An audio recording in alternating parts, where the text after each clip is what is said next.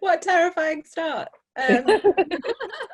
But that's my cue to launch into my official welcome. So, hi everybody, and welcome to At Home YALC with Walker Books. Thank you for joining us online. I'm super excited to be here chairing one of the penultimate panel of At Home YALC, and thank you to all of the publishers, especially Walker Books, and all of the authors and everyone who's just sort of made this happen so we can all talk to each other and talk to you online. Right, I've got a few admin-y things that I'm going to just read off to make sure I'm getting them right. So yes, thank you's done. Okay, so we've already kind of chatted if people are joining at the last minute, so please do ask questions. Make sure you're asking them on the Q&A box, not the chat box, and we'll put them in at any point, but we're going to answer them all in the last 15-20 minutes. The events, as you'll have heard from that slightly sinister announcement, are being recorded and they're going to be uploaded onto YouTube afterwards. So I also need to say that if you're watching this afterwards, not live, obviously we can't answer your questions live because of, you know, how time works. So, and then the last thing to say is that links to all of the authors' books are going to be both in the chat box and then on YouTube they'll be in the description box as well. So do go and look at all of the books we're talking about after you have finished listening. Okay, so that's all the admin. On to the intro. So my name is Anna James. I am a journalist and an author of middle grade books, Pages and Co series, and with me, actually, I'm not sure if you can all see everyone in the same order that I can see them in, so I'm just going to dive in any order. So we've got Lucy Cuthew, who's the author of Blood Moon, which has just come out. We've got Holly Bourne, author of many, many things, most recently for YA, The Places I've Cried in Public. We've got Nikita Gill, poet, and also author of, so lots of poetry published, but a debut verse novel coming later this year, The Girl and the Goddess. And we have Kate Weston, who's the debut author of Diary of a Confused Feminist. I'm not going to do in more detail bios because I want to make sure that we can get onto the meaty chat, but I did think before we sort of got into the feminisms, I thought it'd be great if you could all just, if we just go around and you maybe could just say hi and give us a kind of top level kind of overview of your work, your books. So if we start with Nikita. Oh, wow. I'm Nikita Gill and I am a poet. I am a YA poet. And some people like to call me an Insta poet, but don't call me that because I don't like it. But my current book, The Girl and the Goddess, is a really personal story about a little girl who grows up in Kashmir, because I'm actually Kashmiri, and it is quite a political thing to be Kashmiri, and how she navigates that. And it's a coming of age story, and it is full of stories that my grandmother gave me. It's full of goddesses, and it's all about this idea that I think one of the most special things that happens when you are growing up is people, the people who read to you, the people who read stories to you. And this book kind of captures that. It's all about telling a story, passing on a story, and then seeing that story being passed down. But yeah, it's a really personal book, and it was difficult to write. I think it was difficult to write because it's a novel in verse, and it's just, there's so much of my own family in it. So yeah, that's what this book is about. Amazing. And if let's go to Lucy next, the other verse novelist. Hi everybody, I'm Lucy Cuthew. I'm the author of Blood Moon, which is a YA novel in verse. It's about a girl called Frankie who gets online shamed when she gets her period during a sexual experience. And it's about a girl who loves space stuff, and that's where the moon thing comes in. It has got quite a lot of myself in it, but it's not autobiographical at all. Also, I feel like I have to just take a point and say it's also the first book I've ever been sent where I got sent tampon macaron with it, which was incredible. More menstruation themed pastry products, is what I say. Cool. So if we go to Holly next. Hello, yes, I'm Holly Bourne. I'm the author of YA books that I hope get young people to make healthier decisions, because there's sort of activism hidden in humour novels. And my last book was called The Places I've Cried in Public, which is a book that is about a girl who's recovering from a breakup and she just doesn't understand why she's struggling so much with this breakup, Amelie. And so she starts going back to all the places this guy made her cry in public to try and get to the bottom of it. And through that process, she realizes she was actually in an abusive relationship, even though he never physically hit her.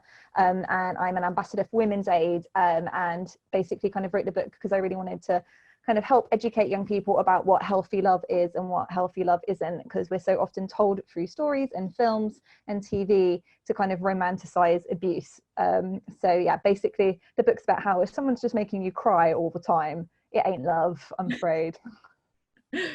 Amazing. And then Kate. Hello. Yeah, so I used to be a stand-up comedian before I wrote a book. And Diary of a Confused Feminist it's the diary of a 15-year-old cat, and it follows her as she's dealing with some tricky mental health issues.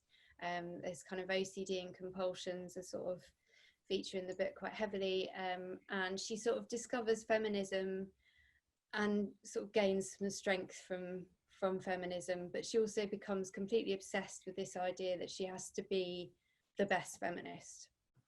She has to do feminism right, she has to be a good feminist, and she becomes so obsessed with it that she can't see that actually that's not a thing. Like, you don't have to be the best feminist, you don't have to get everything right, that's not what feminism is. So yeah, and hopefully there's some laughs in there as well. Well, that segues beautifully on to my first proper question, which, what a horrifying thing to ask you what feminism is. I'm sorry, I'm about to do that. But it was interesting. The very first panel I ever chaired for YALC back in 2015 was also called Feminism in YA. And it got it got waylaid by mentioning no names, but a discussion about whether the word feminist was even a good word, and it all was a kind of weird thing. And I just think in 5 years, what we sort of even understand by a panel called Feminism in YA, I think has probably evolved quite a lot. And it's almost like feminism, like that, it feels quite almost unstructured and like lacking a little bit of nuance, I think, now, in the sense that there's so much within that. So I'd love to just kind of hear about what feminism does mean. Don't worry, I'm not going to actually ask you to define feminism unless you're so inclined. But what does feminism mean to you? And do you feel like that has evolved over sort of the last 5 years, 10 years, or however long you've kind of been grappling with it? So if we start with Holly. Great, thanks for tossing that hard question. But no time to listen to everybody. I'm sorry, you're else the person I know best socially, so I'm being mean to you. What does feminism mean to me? I think it's important to acknowledge that I think what feminism means to you as a feminist can change and evolve and grow over time. And so my answer today might be different in 2 years' time, maybe even tomorrow. But right now, in this our Zoom call, to me, feminism is about believing that the patriarchy exists, and the patriarchy is sort of a kind of like set of invisible force fields which consciously and unconsciously mean that kind of people born into male bodies do a lot better than people born into female bodies, and feminism is about dismantling that to enable equal opportunity for everybody, particularly to, I guess feminism focuses on kind of making gender equal, but the kind of feminism that I kind of sign up for is kind of recognizing all the other ways that people are discriminated about it, and kind of just trying to, acknowledge that everybody's view as a woman is different, everybody's story, everyone's experience as a woman is different, and having space for that, and kind of all just kind of joining together to fight for equality for everyone. And also, I always have to say this, especially as I'm particularly talking about abusive relationships today, is acknowledging the fact that patriarchy doesn't do, and boys, particularly teenage boys, can really be negatively impacted by things like toxic masculinity. So it's basically like dismantling all the bad stuff so good stuff can happen to everyone, to put it really unacademically. That's what I thought today. Panel, so we're all good. At this point, I'm going to just, if anyone wants to chime in, or if there's an awkward silence, I will pick on somebody. I'd love to jump in there, because I think that what Holly said is really kind of where my, like, saying what my feminism means in my life is something quite different than what it means in YA to me and in literature. And I think for me, writing Blood Moon, it was about putting something on the page which isn't on the page, and explaining, kind of showing how it plays out. So like in the particular case of periods, although there's lots of other stuff I'm looking at in the book, it's like putting something on the page which isn't in literature in general, because literature was written by white men, and for such a long time we've got like years and years, you know, shelves and shelves of the stuff, and it's about putting other experiences down. And so I think in terms of just like acknowledging that something's there, like Holly said, it's about acknowledging that the patriarchy is there, but also kind of showing where it is, what it does, how it works, so that you can examine it. Because I think for a long time, like when I grew up, I certainly was aware of feminism, but I thought it was something that belonged to the 60s and to my mum's childhood, and that we were done, that we'd got there, and that we'd got that equality. Because I think there was kind of maybe like a bit of hope that it was finished with. And you know, when I was in school, I certainly thought like, oh, it's all equal, like, you know, girls are allowed to wear trousers. And then when I got my first paycheck and I found out what all of my male friends were being paid in my 20s, I was like, whoa, hang on a minute, something's going on here. And you know, then obviously kind of I had a long period of awakening and realizing and seeing how you can bring that into literature. And I think you can't sort of tackle it unless you write about what the patriarchy is. So that's, yeah, I really agree with what Holly said there. Awesome. I think it's also like, I really agree with what Holly said about it changing, because I think it's also important to acknowledge that like feminism does change, and that the more that we learn and the more that we grow sort of as a society, the more we realise that there is to tackle, if you know what I mean.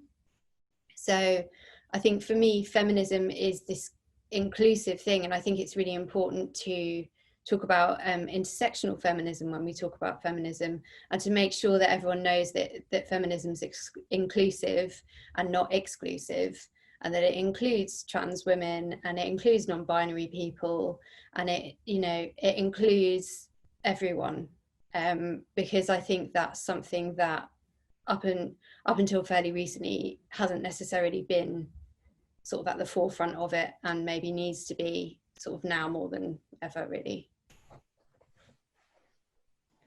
Sorry, I just realized I was on mute. I completely agree with all three of you. And I think for my first experience with misogyny was when I was only 3 or 4 years old. And it was the realization that the misogyny that I face, there are so many people across the world who are facing many, many different types of discrimination on different levels. And that in itself was what made me want to be an intersectional feminist, because it's like, it's just listening to other people's experiences and going, wow, that, you know, what you're facing is entirely, it's terrible. You shouldn't be facing that, and fighting for equality and equity. And that's what feminism has always meant to me. It's the recognition of different groups of people and the way that they are fighting oppression, and how we can bring them into being equal with other groups who've maybe had those privileges all their lives, you know. So yeah, that's how I feel. Awesome. And I thought it was interesting, Lucy, what you said about kind of the differences between feminism sort of in life and feminism on the page. And I think that's a really interesting sort of thing. So I wanted to know sort of what you felt like a feminist book is. Like, does a book have to actively and sort of tackle issues around feminism and gender and to be a feminist book? I don't think so.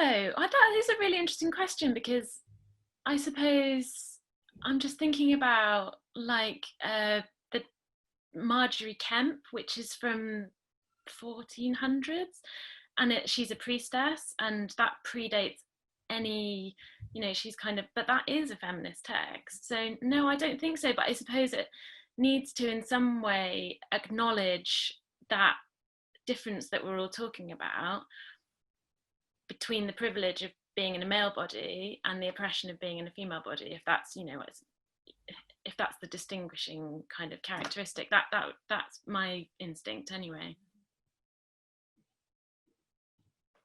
I find it, yeah, I try to work out how to define what a feminist text is. I think it's telling stories that haven't been told, either explicitly or not so explicitly. So you could have something like my Spinster Club trilogy, which is a book about girls finding feminism for the first time, talking about feminism for the first time. You know, it's very obvious, a book about feminism, but it doesn't make it any more a book about feminism than just like, I've had some amazing conversations with teenagers about like All the Boys I've Loved Before, and how that is a really interesting feminist text in some ways, in that like there's a really positive male role model, like in terms of the love lead, and like slut shaming's in there, but you know, it's a romance, and you know, some people might call it fluffy, but to some people it's like been really amazing to see a Netflix adaptation of like, you know, a girl who isn't white falling in love with somebody, and seeing like the romantic male lead kind of drinks kombucha rather than beer, and like stands up for her when she's slut shaming, and the kind of like challenging these ideas of modern masculinity. So I think it's just expanding the stories that are told, and I think that means expanding the pools of storytellers that are telling the stories, and yeah, just basically telling stories about the female experience and the male experience that don't fall into these default norms of what a woman is and what a man is. I think is sort of where I start calling something a feminist. Mm-hmm. I think it's, yeah, and it's all stories that open it up to a group of people that wouldn't have normally read about it or seen about it as well. So it doesn't have to be like Holly said, it can be stuff like To All the Boys I've Loved Before, and it can be stuff that's really accessible, and it just brings it out in a really accessible way to people that wouldn't necessarily see it if it was maybe in like a textbook, or a really like thick sort of like how to be the, you know, the best feminist in a massive chunky, you know. Yeah. I'm just going to jump in. So we're doing all the questions at the end, but I've just seen a question come in that I think would be great that we tackled now, because Kate has asked, also she said this is a question that makes her feel really dumb. Don't feel dumb at all about this, because we all have to learn these things at some point. Like, none of us are just born knowing what this. So Kate's asked about what is intersectional feminism as opposed to simple feminism. And so, yeah, firstly, please, there's no dumb questions. We all learn this stuff as we go along. But I think that that's just a question that would be good to just tackle now as we're chatting, so we're all kind of on the same page. So sorry, I jumped in, Nikita, before you answer that first question. So I'm going to come to you first, if that's okay. Absolutely. In fact, I saw, I think Dion mentioned the Black women's experience, and how what Black women's experience is compared to, say, you know, other women of color, but also white women. And I think intersectional feminism is all about inclusivity. So making sure trans women are included in our feminist movement, making sure that Black women's experiences are included in the feminist movement, because something we know about the suffragettes, which was considered feminism, is that the suffragettes mainly were fighting for white women and what white women's rights would be to vote. And that is, you know, we have evidence of that and everything. So within that feminism, there was an exclusionary element. So intersectional feminism is all about being inclusive to every type of group, and not excluding anyone who is, you know, either marginalized or, you know, lacks those privileges. It's not deciding what a woman, you know, or who a woman can be. That's what I look at as intersectional feminism, and it's something that I found can be lacking in, say, you know, sometimes in second wave feminists, which is why third wave feminism is all about intersectionality. My answer. Fab. Does anybody else want to add anything, just talking about, yeah, like kind of intersectional feminism? I think the only thing I am interested to kind of hear is like that my understanding of it, as well as that, is that it's acknowledging that feminism has largely been quite a white movement, and that while you may be oppressed by being a woman, there are other oppressions that can be layered on top of that, that feminism, like Nikita was saying, needs to include, but that might further complicate your relationship with the patriarchy. Mm-hmm.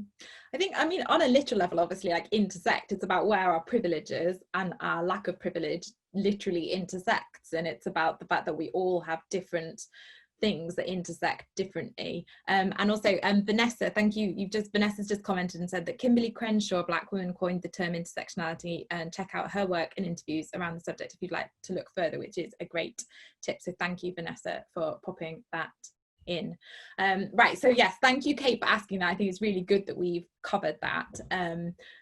I want to talk a bit about you as writers as well as sort of feminists, and when you kind of are writing, how much do you sort of, I guess, how much, I'm so wary of like using like the word issue, but sort of how much do you kind of start with a particular, I get a particular facet of feminism that you're interested in exploring, and how much do you find that just kind of, is that very much there at the start of your books? And I guess I'd love to start with Holly for this, because I think that because you've written so many books, you've kind of come at it from lots of different kind of angles and explored lots of different facets of it, and I'd love to sort of hear kind of at what point that works its way into the story.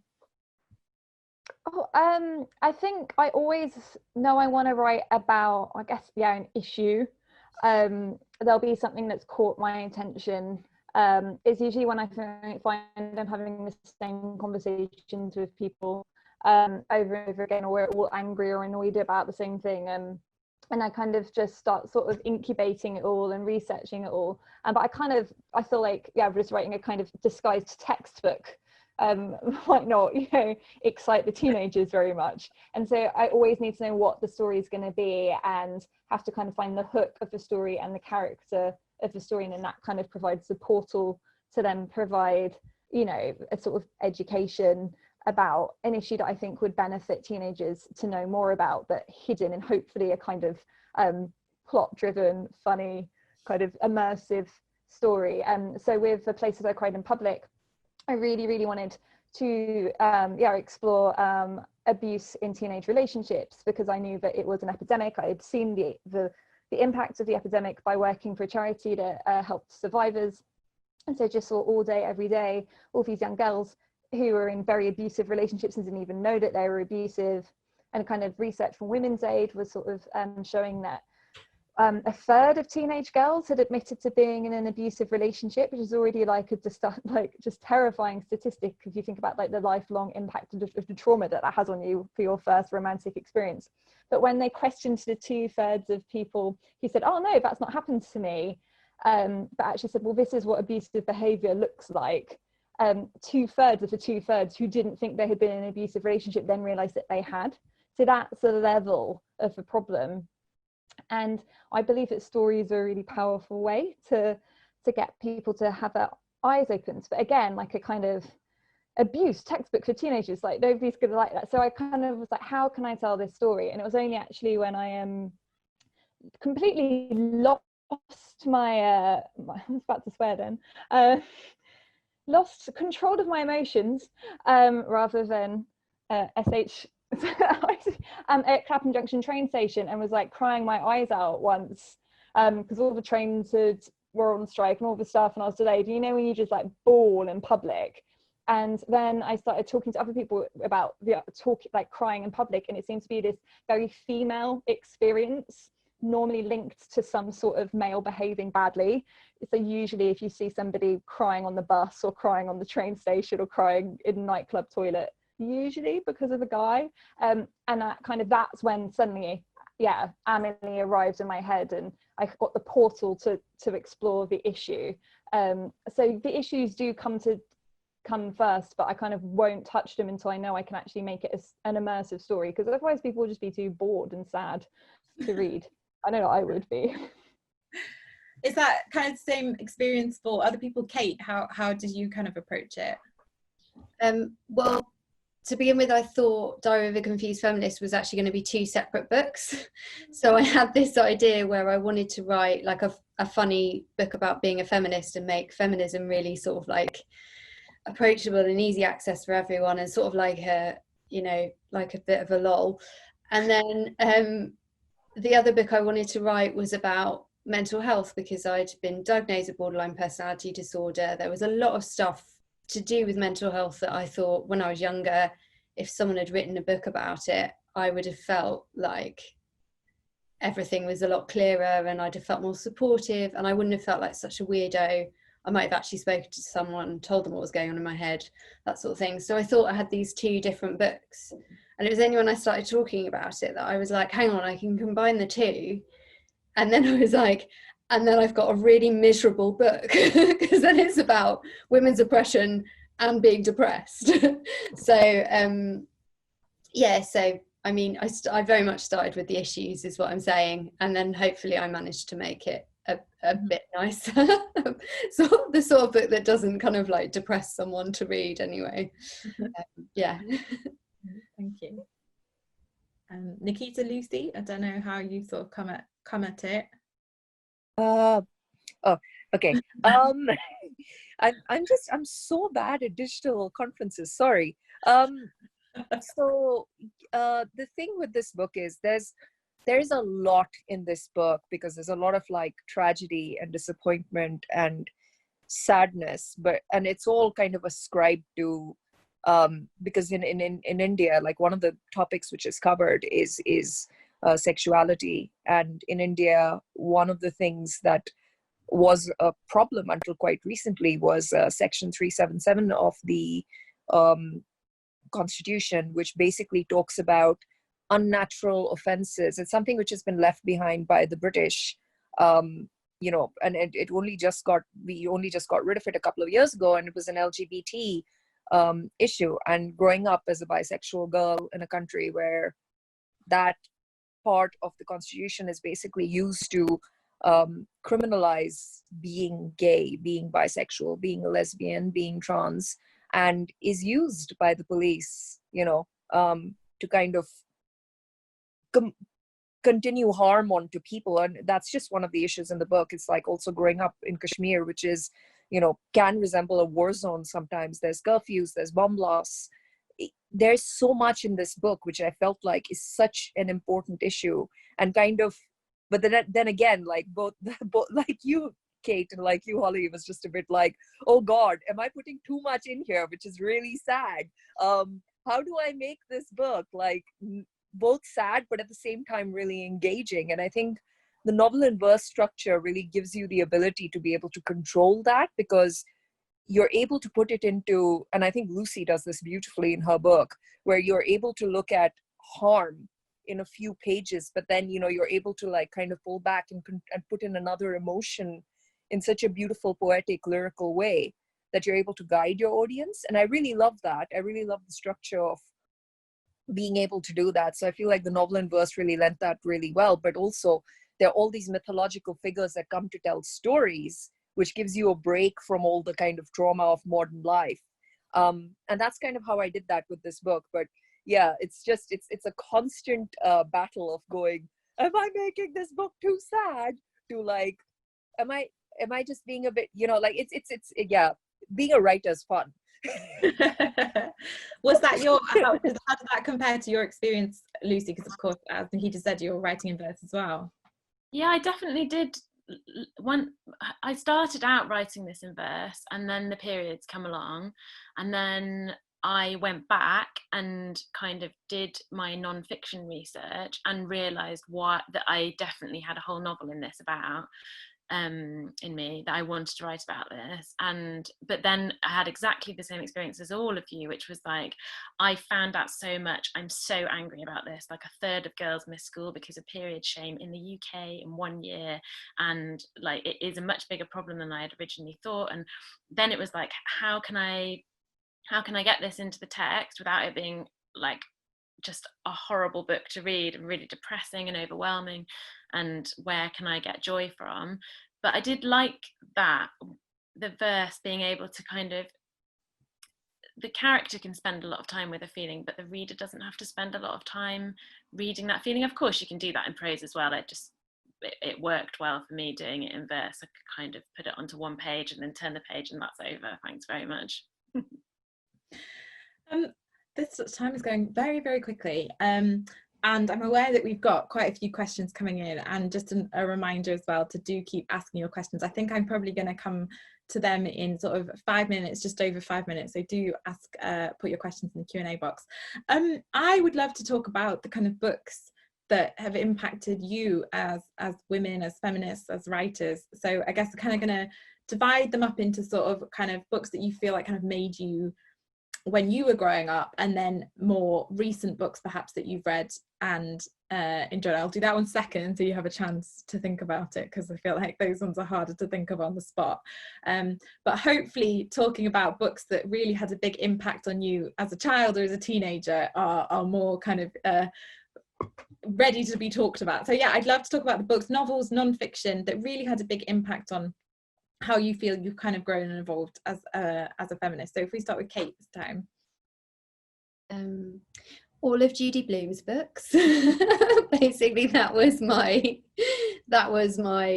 teenage years, was very much Judy Blume, and oh god, what was her name? I've forgotten her name. Can you remember the name of her books? Paula Danziger. Oh my goodness, Cat Swimsuit. Yes. And those ones were so kind of like all my teenage years. Yeah, and I'm trying to think back, because I worked in a bookshop as a teenager, so I must have read loads, but I can remember nothing right now. Don't worry. And I'm going to we'll do older books first to give everyone a chance to think about kind of more recent recommendations. So Nikita, what were the kind of books that kind of made you? So this was one of those things, especially what brought me to poetry, was that even in India, till date, our CBSE, which is the general board that all children study, we were still studying a lot of old white dudes poetry. And it was one of the things that kind of raised my hand in class, and I asked my teacher, I'm like, why are they all just white guys? We're in India. Like, what about Indian poets? What about, and we had like one Indian poet, and again, he was a man, Rabindranath Tagore, and that was all that was in our textbooks. So my teacher basically said there are lots of really great women poets out there. They're just not included in the textbook. So my mom took me to Daryaganj, which is like a book market in India, which is like a whole street of just books. It's heaven. And she basically, we found copies of Maya Angelou's work and Audre Lorde's work and Toni Morrison's work. And I would say that Black women writers basically raised me. So The Bluest Eye and I Know Why the Caged Bird Sings, those books, like, they changed my life. And I would not be the person I am or the writer I am today without those books, basically. So yeah, those were the books that I was reading, kind of growing up. That was the work that I was kind of, being able to get my hands on, which was amazing. But yeah. Yeah. Sorry. Lucy. Yeah, actually, I Know Why the Caged Bird Sings was probably the first book that I read that really made me think about what wasn't in all the books that I'd read before. And I think there's a book called Wide Sargasso Sea. I don't know if anyone's read it. It's by Jean Rhys, and it is the story of the woman in the attic in the Caribbean, and her beautiful upbringing in this like gorgeous kind of home place, and being taken away from that to this cold, dark kind of stately home in England. And that book had a huge impact on me. I think I read it when I was about 17, and I just like completely blew my mind. I think that was probably the first thing I read that's a really like feminist book. That made me, and her writing is just so beautiful. All of Jean Rhys's work is so beautiful, that made me think I want to be a writer. And at the same time as that, I think I was studying Dylan Thomas, and that's kind of where my love of poetry, I think, exploded. Yeah. And Holly? Oh God, there's so many, and I'll try to be brief. Angus Songs and Full Frontal Snogging by Louise Renison changed my life. Yeah. Because it was, to me, the first time I read a book about teenage girls being funny and like showing those friendships and just how like absolutely bonkers girls are away from the male gaze. Like teenage girls, like sort of they're sitting there quietly, in the school hall, like trying to be attractive, and the moment it's like at the sleepover, they're just like, having food competitions of who can make the biggest food baby, and you just like, just the giddy nutsness of like being together, and like why I believe it's a feminist text is like Georgia behaves that way even when boys are watching, and like the start of the book is like, boys don't like girls for funniness, and you need to like rein in all this humor, otherwise the hot guys won't fancy you. And actually George is like, I'm just going to dance like an orangutan and just be myself, and boys like love it.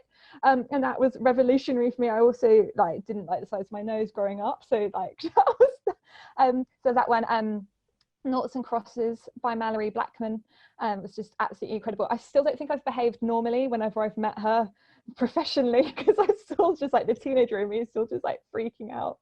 And actually, like, I guess what's interesting and is always in my mind as a writer kind of growing older is one of the books that changed my life, and I have a really problematic relationship with it now, is The Female Eunuch by Germaine Greer. And there was a quote in it about how basically if you're kind of in an unloving relationship with a man who sort of ignores you, like how that is so much more lonely than any spinster in a rented room will ever be. And that kind of empowerment that comes from choosing yourself and not buying into this narrative. And that quote inspired the Spinster Club.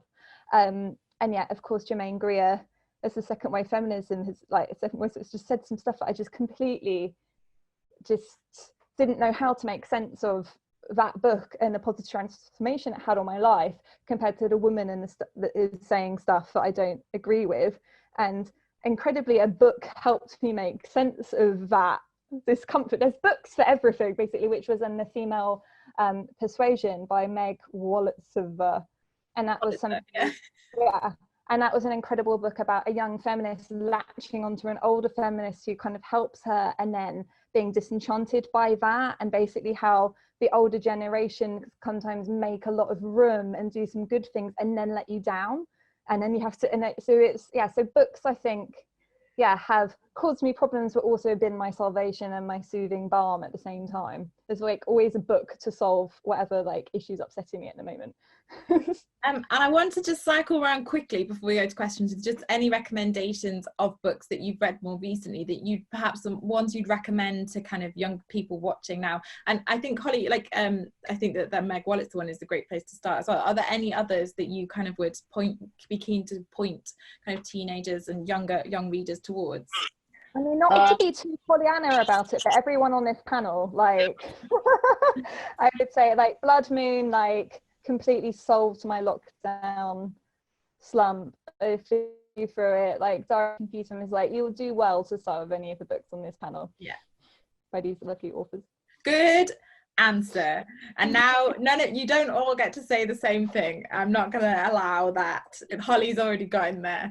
But Kate, do you have any other recommendations for things you've read more recently? The Sky Is Mine by Amy. I never know how to say her name, and I'm her friend. As well. Michelle? I say Michelle whenever I talk about it. I'm probably saying it wrong as well. I always say I don't know. I feel really embarrassed because now she's going to B-Shell, she's written it. Amy B-Shell. Yes. Sorry, Amy. Yes, The Sky Is Mine. Yeah. I'm so sorry. But yeah, The Sky Is Mine is a wonderful book, and it also it deals with sort of abusive relationships and that sort of thing too. Sorry, Amy. And Nikita? I have two books, and I basically am recommending them to everyone I know. And that is Run Rebel by Mandeep Mann. Beautiful book. What a powerful and amazing feminist book. And again, it has a South Asian protagonist, which of course, hit me very deep. It's and I think Mandeep is just such a warm, generous person as well. It really comes across in her writing. And it's just so powerful to watch a young teenage South Asian girl kind of fight and, be able to crush whatever is standing in her way. And it's really one of those books with so much hard-won wisdom, and I absolutely loved every minute of it. It's so good. And then the other one, which I recommend to absolutely everybody, is actually sitting behind me, is Dean Atta's The Black Flamingo. That book, I have read it 3 times now. I have given copies to everyone I know, including my mom. And Dean was kind enough to sign a copy for my mom as well. It is a drag queen coming of age story. What's not to love about that? And I swear it's just so powerful. It's so beautifully written. It is, I don't know, I swear I have never been the same after reading certain books, and Black Flamingo is certainly one of them. So yeah, those 2 books. Amazing, thank you. And then Lucy. I was gonna say Run Rebel, but I won't say something else. If anybody particularly likes diary format, there's a book coming out in February which I've read an arc of, which is called Love is for Losers, and that's a feminist, very funny diary. And then the second book I would recommend is this, by Peggy Orenstein, which is amazing. I'm guessing Anna's got a copy of it. Yeah, as well. I can't see it, but it's up here. If you're writing about girls, and so I feel like all the writers on this panel will love this, there's also one called Boys and Sex, and everything that this woman has written is absolutely mind-blowing. It's like a non-fiction book, but she interviewed like 80 college students about their sex lives, and it's about hookup culture and about like gender dynamics in lesbian relationships and straight relationships for people of all orientations. It's well good. I realised it took me a sec to find it because I had it turned around so Inspire was in sight, because obviously I've been doing a few Zoom events that are for middle grade audiences, so because it says girls and sex on the spine, I've turned it around for the last Zoom event I've done for kids. Right, I am keen to make sure we get through as many of these questions as possible, though I realise we don't have a huge amount of time. Thank you to everyone who sent questions in. Casey has asked, I think this is really interesting. They've said, as a bookseller, I find that parents often don't want to buy books by women or with female protagonists for their sons. As writers, what do you think we can do to tackle this viewpoint? I'm happy, I can point to someone, but if anyone wants to leap in immediately who has strong feelings, then I'm going to give you a sec to do that. Otherwise, I'm gonna point at someone. So, Kate, sorry. Is it because I looked especially scared? Oh, sorry. You're all right. Hey, can you solve this huge societal problem for us? Well, first of all, it's really important that boys read them, in the same way that it's really important that girls read books about boys. So, yeah, but how we solve it, apart from, I mean, just I don't know. I actually don't know, because it's really important, and it is quite a tricky one. So yeah. Has anyone got, it's a big issue. I don't know if anyone has any ideas about the way we can talk to people with sons, the way we can talk to, I don't know, anyone.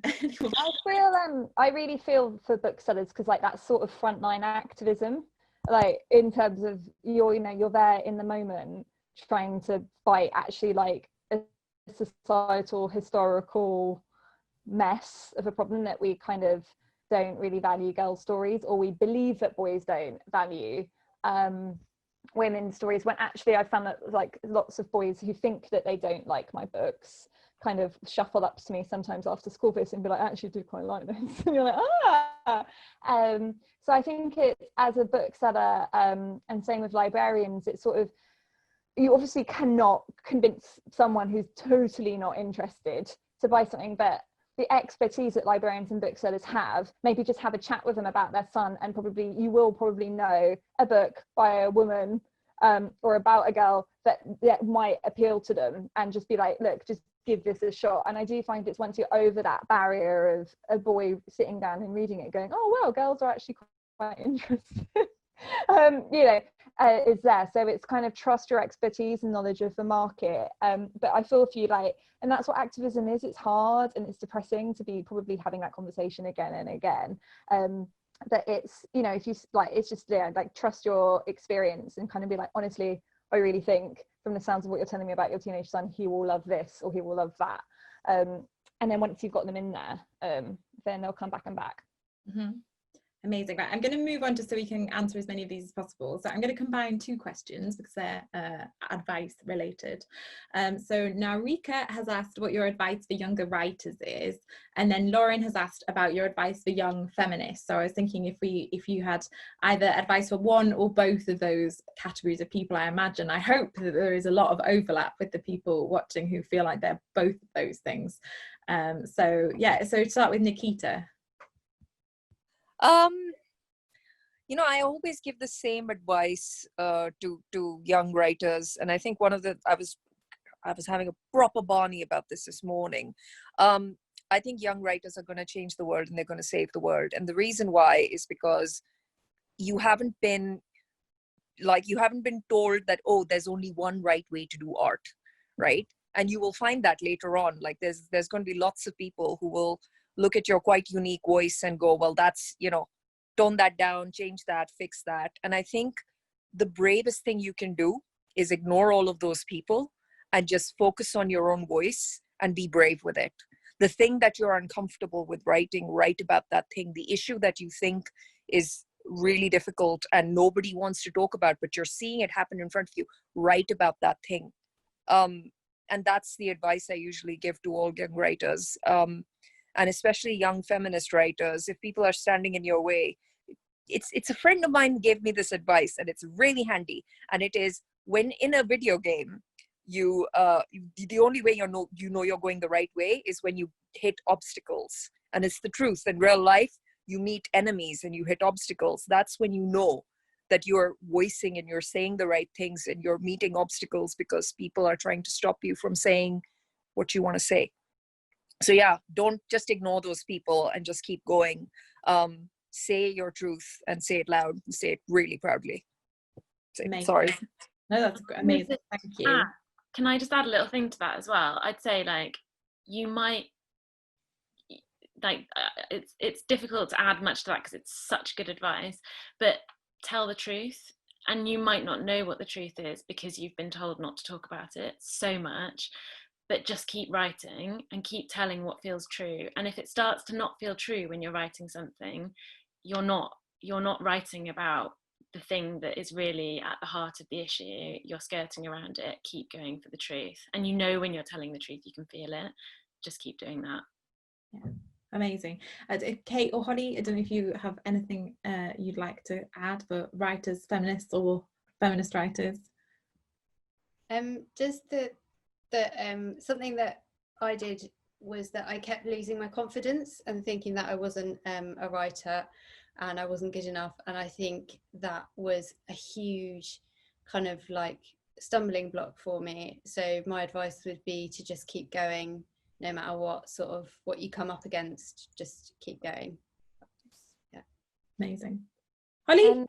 And yeah, I guess in terms of combining feminism and writing advice, if you are especially a girl, or especially, and if you also additionally experience all those sort of intersections of oppression that you talk about, it is an act of feminism to tell your story, and to take up space, and to tell the truth and be brave and come, that is activism, and we need to hear these stories. And I still remember this, like, quite offensive but quite funny sign I saw on the Women's March, which was like, hold yourself with the confidence of a mediocre white man. And I feel like in writing, if you're not a mediocre white man, if you're all the things that are below that, like, just like tell it, and it and I think so many, it's like, how can I be a feminist better? And it's just like, just to tell the truth about what it means to be you is an act of feminism, because it will make people uncomfortable, but out of that discomfort, things will change, because you'll meet other people who are like, yeah, I can't believe you've said that, me too. And like, stories connect us and they make us stronger and they make us feel less alone, and that equips us better to fight and mobilize and dismantle and do all the really angry, fun, hard things. So it's like, it is an act of feminism to sit down and fill a page of like word with your story. Yeah. Amazing. All right, I think we've probably got time. I'm going to try and squeeze two more in, although I'm aware that one of them might. I'm going to ask authors if you could be as sort of, the headlines of this question would be great. So Tanya asked, this is their first YALC, so welcome, Tanya. They would like to know about the research process behind your books, whether you read books, articles, watched documentaries, and I think that some of you have kind of touched on a bit of the research that you've done, but I always find it interesting, especially when you're talking about kind of feminism and issues. I'm aware that we don't have much time, but just in a kind of broad sense, was there anything you found particularly useful or interesting when you were working on your most recent book? So if we start with Lucy. The most interesting thing I have found out since working on my recent book is it's about porn online porn, and I have read a book. This is just another book, right? Basically, everything interesting I ever find out is from a book. Is called Mind the Gap, and it's by Dr. Karen Gurney, who's the sex doctor on Instagram. And anything interesting I could say, she can say 100 times more interesting on her Instagram. So go there and follow her. Amazing, great. Kate? I would just say read everything. Just read everything that comes your way, and read all kinds of different viewpoints, and read things critically as well, and sort of trust yourself. I think that's a huge thing. Amazing. Holly, what was any sort of particularly useful research you did or found? Some of the books that I read for The Place I Cried in Public, so what a real like seminal text about domestic violence, which is really interesting, is Look What You Made Me Do. I can't remember the author, I only ever remember titled Look What You Made Me Do. And so that was incredible. And I just think in terms of research, what I do is I just sort of bloat myself like a pufferfish. I just read everything, watch YouTube videos, interview people until I'm just sort of like full. And then I just kind of like barf out the story, if it were. But like actually, then first, but I've got all that background knowledge rather than, you know, so I kind of don't go, oh, I need to know about this. I just make sure I'm just like, yeah, consumed with knowledge, so that then the story is kind of informed, but the reader doesn't have to know it all. It's just there kind of in my vomit. So beautifully expressed, but excellent advice, I think. And Nikita. Hi. So yeah, one of the things, so because this is a really personal book and it is semi-autobiographical in a lot of ways, one of the people I researched was my grandmother, and she picked up that I was researching her. So that was, she's like, what are you doing? Why are you making me retell these stories? And I said, well, you're going to go in my new book. And then she kind of, you know, she guided me to a lot of work, like for instance, the Mahabharata and the Ramayana, because so many mythical landscapes are within this story, and it's all about, you know, the great Indian epics and the goddesses within these epics and where they stand in regards to patriarchy and, you know, loving oneself. Because one would think that if you're a goddess, it's easy, but if you look at the mythological stories, it's not necessarily always so, right? So that's one of the things that I really looked at, and I really took a lot of help from my grandmother, who is incredibly knowledgeable about all of this stuff, as well as lives in Jammu and Kashmir. So, you know, she has all of that worldly experience of what it's like to like constantly live 10 kilometers away from a really fragile border. So yeah, that's the kind of research I did. I think for me, it's really important to research books and read everything, but also talk to people like my grandparents and my parents and just different kinds of people and get their opinions and their views and really understand. I think organic conversations do a lot for me as a writer. So yeah. I did promise 2 more questions, but I think as it is 4:59 and I am under strict instructions not to go under over an hour, I think I'm going to have to wrap it up there, especially because that was, I feel like, a really great question to end on. So that's the end of the time. So thank you. I've got several thank yous. So thank you to Walker and all the other publishers who have helped make this happen. I am going to also particularly thank Rosie, who has done so much work making this all come together, and what an amazing digital weekend to have when we can't do YALC in person. Thank you to everybody who has watched, and thank you to everyone who's asked such brilliant questions. I'm sorry we couldn't get through all of them, but thank you for them. And then I think the only other thank you is the key one, which is to thank the authors who have given up an hour of their Sundays. You've all been absolutely brilliant, and I think we've negotiated the Zoom webinar format magnificently. Personally, I've loved talking to you, so thank you so much to everyone for being part of this. So there is still YALC stuff going on. If you look at the Walker YA channels and other publishers, the At Home YALC hashtag. There are giveaways still going on, and there is another panel happening with US authors that Katie Webber is chairing, and the authors' books. The links are all going to go back in the Q&A, although they were not the Q&A, so the chat, and they're all there at the start, and they'll be in the YouTube thing. And I can't recommend these books enough. Please do go. And we've also given you loads of other book recommendations as well, so I hope that everyone who's watching has got something from it. So that is all we've got time for. It's 1:05, so I'm going to officially round off there. So thank you so much. I very quickly say, on behalf of everybody, thank you to Anna. You've been absolutely brilliant. Thanks for such interesting questions. It's been fabulous talking to you. Oh, that's kind of you. Thank you. Well, thank you guys. Thank you so much for having us. Thank you. Thank you all. Bye.